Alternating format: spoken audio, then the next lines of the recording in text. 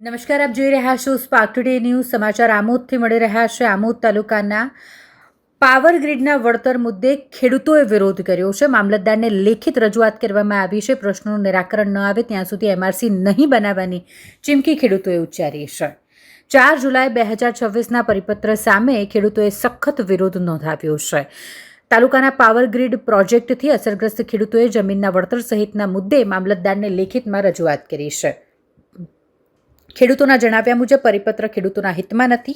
765 કેવીની high voltage વીજ લાઇનથી ખેડૂતોની સુરક્ષા સામે જોખમ હોવા છતાંય પરિપત્રમાં વીમા કવચ અને 25 વર્ષ બાદની સ્થિતિ અંગે સ્પષ્ટ જોગવાઈ નથી. તેમજ પાવર ગ્રીડ પ્રોજેક્ટના કમર્શિયલ હેતુનો પણ યોગ્ય ઉલ્લેખ ન હોવાનું ખેડૂતોનું કહેવું છે.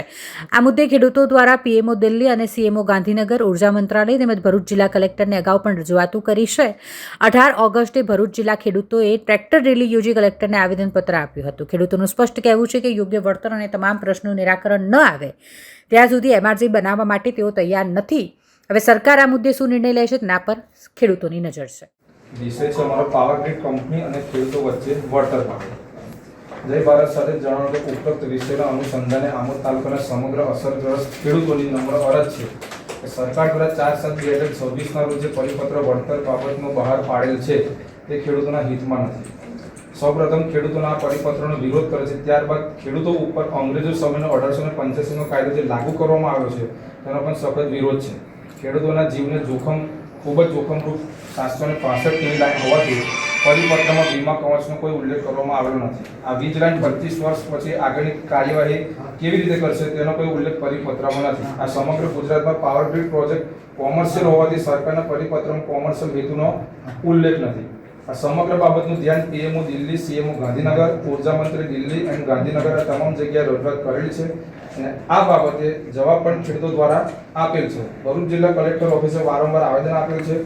છેલ્લા સમયે આ સમગ્ર ખેડૂતની તકલીફ 18/8/2026ના રોજ ટ્રેક્ટર સ્વરૂપે સમગ્ર ભરૂચ જિલ્લાના ખેડૂતોએ આવેદન આપી રજૂઆત કરેલ છે અને કલેક્ટર સાહેબે આશ્વાસન આપેલું છે કે તમારી વાત સરકાર સુધી પહોંચાડીશું. આ સમગ્ર પ્રશ્નનું નિરાકરણ ના આવે ત્યાં સુધી ખેડૂતો એમઆરસી બનાવવામાં રાજી નથી, જેની આપ સાહેબે નોંધ લીધી.